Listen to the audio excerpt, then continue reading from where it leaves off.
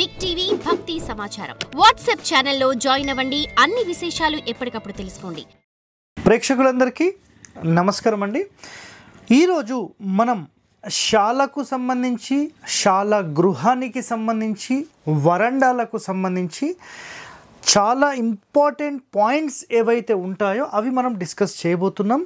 So శాల గృహం అనుకోండి, లేదంటే శాలకు సంబంధించిన రహస్యాలు అనుకోండి, లేదంటే వరండాలకు సంబంధించిన రహస్యాలు అనుకోండి, వరండాల వాస్తు అని ఇక్కడ మీరు హెడ్డింగ్ తీసుకోవచ్చు, లేదంటే ఇల్లు లేదా శాలకు సంబంధించిన ముఖ్యమైన లక్షణాలు సంబంధించి మీరు ఇక్కడ తీసుకోవచ్చు అన్నమాట. సో ఇందులో మీరు అబ్జర్వ్ చేస్తే కనుక ఒక విషయము గుర్తుపెట్టుకోండి.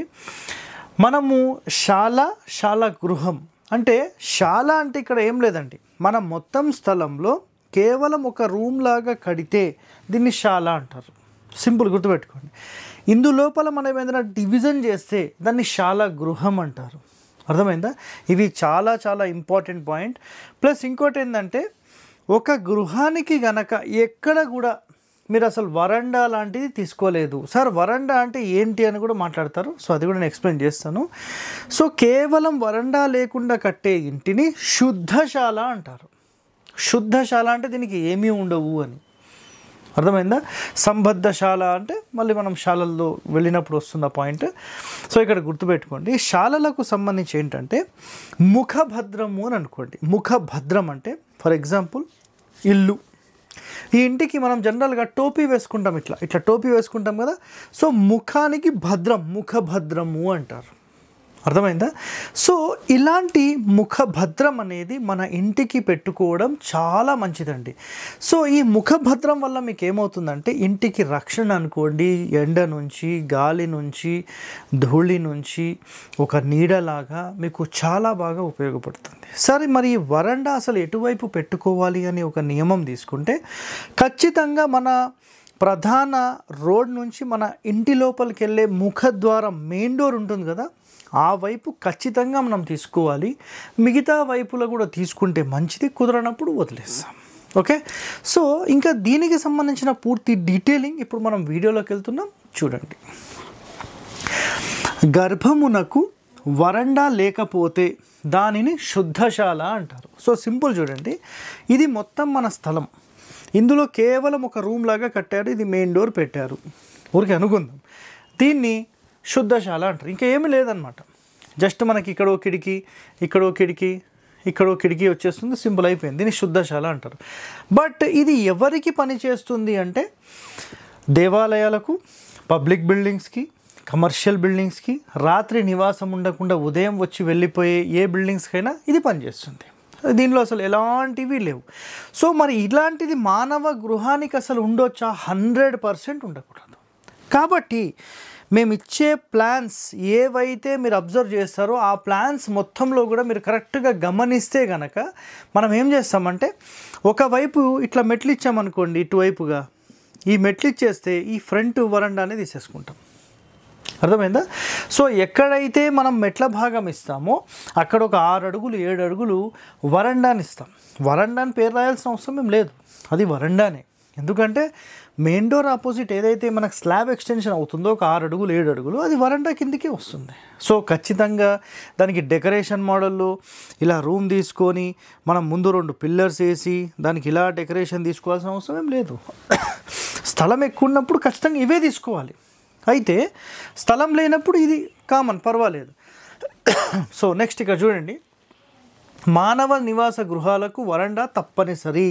ముఖంలో అంటే ఎటువైపు పెట్టాలి సార్ అంటే మెయిన్ డోర్ ఎక్కడుంటే దాని ముందు ఖచ్చితంగా పెట్టాల్సిందే, అది ఖచ్చితమైన నియమం. దీంట్లో వేరే క్వశ్చన్సే లేవు. వీలుని బట్టి మిగతా వైపుల పెట్టడం కూడా చాలా చాలా ఉత్తమమైనది అని చెప్పారు. సో అన్ని వైపులా తీసుకోవడం అయితే చాలా చాలా సూపర్ అండి. వరండాస్ అనేవి అన్ని వైపులా, ఇలా కాకపోతే మొత్తం ఇట్లా రౌండప్ కూడా తీసుకోవచ్చు, ఇష్యూ ఏం లేదు. ఇలా మనం ఎక్కడ తీసుకున్నాం? 2020లో కర్నూలు రాజమహల్ సంబంధించిన ప్లాన్ మొత్తం నిర్మాణం మనం చేయడం జరిగింది. సో ఎవరైనా వీడియో చూడకపోతే హరివాస్తు కర్నూలు రాజమహల్ అని కొట్టండి, మీకు దాంట్లో కంప్లీట్ 4 వైపులా కూడా వరండా తీసేసుకున్నాం. సో మళ్ళీ ఆ వరండా నుంచి మళ్ళీ 13 అడుగులు దక్షిణం వైపు పడమర వైపు చాలా మంచి ఓపెన్ స్పేస్లో కట్టాం. అద్భుతమైన రిజల్ట్. ఆ ఇంటి లోపల అడుగు పెట్టిన ఎవరైనా కానీ ఎంత ప్రాబ్లమ్స్లో వచ్చినా అలా వచ్చి ఒక్క 15 నిమిషాలు కూర్చుంటే సైలెంట్ నిదానం అయిపోతారు వాళ్ళు. అంత ప్రశాంతత ఆ ఇంటి లోపల నేను గమనించాను. ఎంతోమంది వస్తున్నారు కదా, వాళ్ళందరి అభిప్రాయాలు కూడా సేమ్ టు సేమ్ వచ్చాయి. ఇల్లు కడితే అలా కట్టాలండి, గుర్తుపెట్టుకోండి అది. ఓకే, సో నెక్స్ట్ మరి చిన్న చిన్న ఇండ్లకు మరి అవి సూటబుల్ సార్ అంటే చిన్న చిన్న ఇండ్లకు ఓన్లీ ఫ్రంట్ మాత్రమే తీసుకుంటాం, మిగతా వైపులంతా సూటబుల్ కాకపోవచ్చండి. సో ఎంత సాధ్యమైతే అంత చేస్తాం.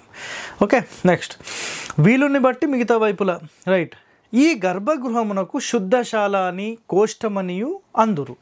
సో కేవలం ఈ గర్భం ఉంటుంది కదా, దీన్ని ఏమంటారు? శుద్ధశాల లేదంటే కోష్టం. కోష్టం అంటే రూమ్ అంతే, సింపుల్. ఒక కొట్టం అంటుంటారు కదా, సో అట్లాంటి కొట్టాలన్నమాట. నెక్స్ట్ గర్భగృహమునకు గోడ మీద నుంచి పొడిగించి వాసరా వేస్తారు. ఫర్ ఎగ్జాంపుల్ ఇక్కడ నేను చూపించాను కదా, ఇట్లా వాసరా వేస్తారు. సో ఇంతే అనుకోండి, లేదంటే మొత్తము తీసుకోవచ్చు, అట్లేం లేదు. సో ఇలా మనం వరండా తీసుకున్నప్పుడు దీన్ని ఏమంటారు? సింపుల్గా చూడండి, దీనిని గర్భగృహం మీద నుంచి పొడిగించి వాసరా వేస్తారు. దీనిని ఏమేమి పేర్లు ఉంటాయంటే వాసరా అని పేరు ఉంటుంది, పంచపాళి అంటారు, సోఫా అంటారు, వరండా అంటారు, ఇంకా మనకు సంస్కృతంలో ఆలిందము అని అంటారు. సో ఇలా ఈ ఫ్రంట్ తీసుకోవడం చాలా చాలా ఉత్తమమైనది.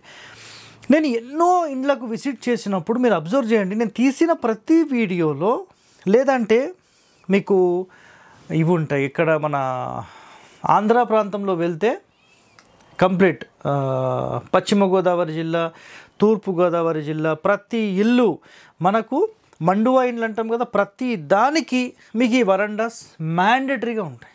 చాలా అద్భుతమైన రిజల్ట్ అక్కడ మీరు గమనించవచ్చు. సో నెక్స్ట్ గృహానికి వరండా తప్పనిసరి. దీనివల్ల గృహానికి అందమును, ఎండ, వాన నుంచి రక్షణ, నీడను అందిస్తుంది, సౌఖ్యము నిచ్చును. ఇవి వరండాలు. సో నా ప్రకారం అయితే వరండాలు 4 వైపులా ఉండడం అంత సూపర్ ఇంకొకటి లేదండి, గుర్తుపెట్టేసుకోండి. ఇంటికి 4 వైపుల వరండాస్ కంపల్సరీ. ఇక్కడ చూపించాను కదా, ఇది వదిలేసేయండి, ఇక్కడ ఎక్కువ తక్కువలు వచ్చాయి. సో ఇట్లా 4 వైపులు ఉండడం మంచిది. మెట్లు అనేది మనం డూప్లెక్స్ తీసుకుంటామా లేకపోతే ఇంకో వైపు మెట్లు తీసుకుంటామా అది బాగుంటుంది, కానీ ముఖంలోనే బాగుంటుంది అనమాట, లుక్ రాదు. మెయిన్ డోర్ అయితే ఈ వరండాలో పెట్టకూడదు అంటారు. ఫర్ ఎగ్జాంపుల్గా నేను ఒక మాట చెప్తాను, గుర్తుపెట్టుకోండి. అంటే నేను ఇది కొంతమంది దగ్గర గమనించానండి. ఎక్కడ అంటే భీమవరం నుంచి నేను లోపల ఒక ఊరికి వెళ్ళాను. ఆ ఊరి లోపల వాళ్ళు ఏం చేశారంటే చాలా అద్భుతంగా యోగించింది. బట్ వాళ్ళు ఇల్లు మొత్తం కట్టేశారు, బాగానే ఉంది. ఈ ఫ్రంట్ వరండా కూడా పెట్టేశారు, సూపర్ ఉంది. ఈ మెయిన్ డోర్ తీసుకెళ్ళి ఇక్కడ పెట్టేశారు. అంటే ఈ మెయిన్ డోర్ తీసేసి ఈ వరండాలో ఇక్కడ మెయిన్ డోర్ పెట్టేశారు. పెట్టిన రోజు నుంచి మొత్తం ఫెయిల్ అవుతూ వచ్చారు. 20 సంవత్సరాల తర్వాత నేను వెళ్ళి దాని యొక్క స్టోరీ చెప్పేస్తే మొత్తం సార్ ఫెయిల్ అని చెప్పేశారు. ఇది ఎప్పుడు జరిగిందంటే 2023 మార్చి నుంచి మే మధ్యలో జరిగిందనమాట. సో ఎప్పుడు కూడా మెయిన్ డోర్ అనేది వరండాస్లో పెట్టమండి. ఈ వరండాలకు ఆయాది గణితం ఖచ్చితమైనదా అంటే మేమైతే ఒక స్టెల్లార్ సిస్టమ్ బేస్డ్ తీసుకున్నప్పుడు ఖచ్చితమైన కొలతని ఇస్తాం, పాటించడము లేకున్నా కూడా పర్వాలేదు అనేది ఇక్కడ యాక్సెప్టెడ్. ఓకే, శాల లక్షణములు కలిగిన గర్భగృహము వరండా లేకుంటే ఏకశాల అంటారు. వరండాతో పాటు ఉంటే శాల గృహం అని అంటారు. సో ఒక సింగిల్ ఉందనుకోండి, ఓన్లీ సింగిల్ రూమ్ లాగా, ఈ వరండా లేకుండా, దాన్ని ఏమంటాం? శాల అంటారు.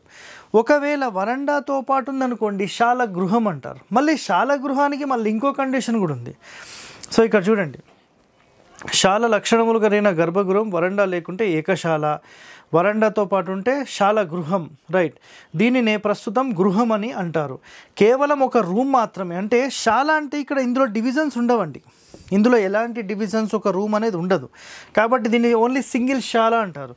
ఫర్ ఎగ్జాంపుల్ మీరు ఒక బెడ్రూమ్ మేము నిర్మించాము, ఇక్కడ పూజ గది నిర్మించాము, ఇక్కడ కిచెన్ నిర్మించాము, ఇక్కడ ఇంకో రూమ్ నిర్మించాము అని అంటే దీనిని చూడండి శాల గృహం అంటారు. చూపిస్తాను. కేవలం ఒక రూమ్ మాత్రమే ఉంటే శాల అని, రూమ్లో ఒక గదిని కూడా మళ్ళీ ఏర్పాటు చేస్తే శాల గృహం అని అంటారు. పూజ, బెడ్రూమ్ ఏదైనా సరే. అట్లానే గృహమునకు ముంగిలి తప్పనిసరి. ముంగిలి అంటే ఇదేనండి, వరండా అంటే ముంగిలి అంటే ముందు అని. మెయిన్ డోర్ ముందు ఖచ్చితంగా ఇది ఉండాల్సిందే. మీరు 6 అడుగులు పెడతారా 10 పెడతారా సార్? మరి దీనికి ఖచ్చితమైన నియమం ఏమైనా ఉంటే చెప్పండి సార్. మెయిన్ డోర్ ఎంత హైట్ ఉంటే అట్లీస్ట్ ఒక 8 అడుగులు ఉందనుకోండి, 8 అడుగుల వరన్నా మ్యాండేటరీ ఫస్ట్ కండిషన్. లేదు సార్ మేము ఇంకా ఎక్కువ తీసుకుంటాం, 8కి డబుల్ 16 తీసేసుకోండి, నంబర్ 1, ఇంకా దానికి మించిందే లేదు. ఓకే, సో ఈ ముంగిలి తప్పనిసరి. దీనిని దేవభాగమని బ్రహ్మభాగమని అంటారు, అంటే ఈ ముందుని. ఎందుకంటే దేవభాగం బ్రహ్మభాగము అంటే మొట్టమొదటిగా ఎవరైనా వచ్చి కూర్చుంటారు అంటే ఆ స్థానం ముందే. సో ఇలా మనకి శాలకు సంబంధించి, దాని తర్వాత వరండాలకు సంబంధించిన ఇన్ని రహస్యాలు మనం మాట్లాడుతున్నాం కదా. సో నిజంగా ఇంత అద్భుతంగా మనం ఒక ఇంటి నిర్మాణం చేస్తే ఎంత హ్యాపీయెస్ట్ లైఫ్ మనం ఈ ఇంట్లో ఉండొచ్చు అనేది ఆలోచన చేయండి. ప్రస్తుతం మేము ఏదో ఇల్లు కట్టుకున్నాం, కిరాయిలకు ఇస్తున్నాం, 10,000 కిరాయి వస్తుంది, 20,000 కిరాయి వస్తుంది, ఇవి కాదండి మాట్లాడేది.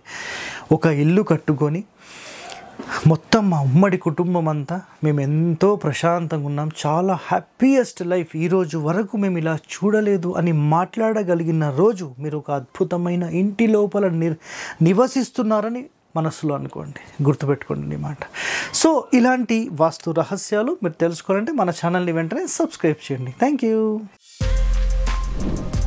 For more videos like this, subscribe Big TV channel.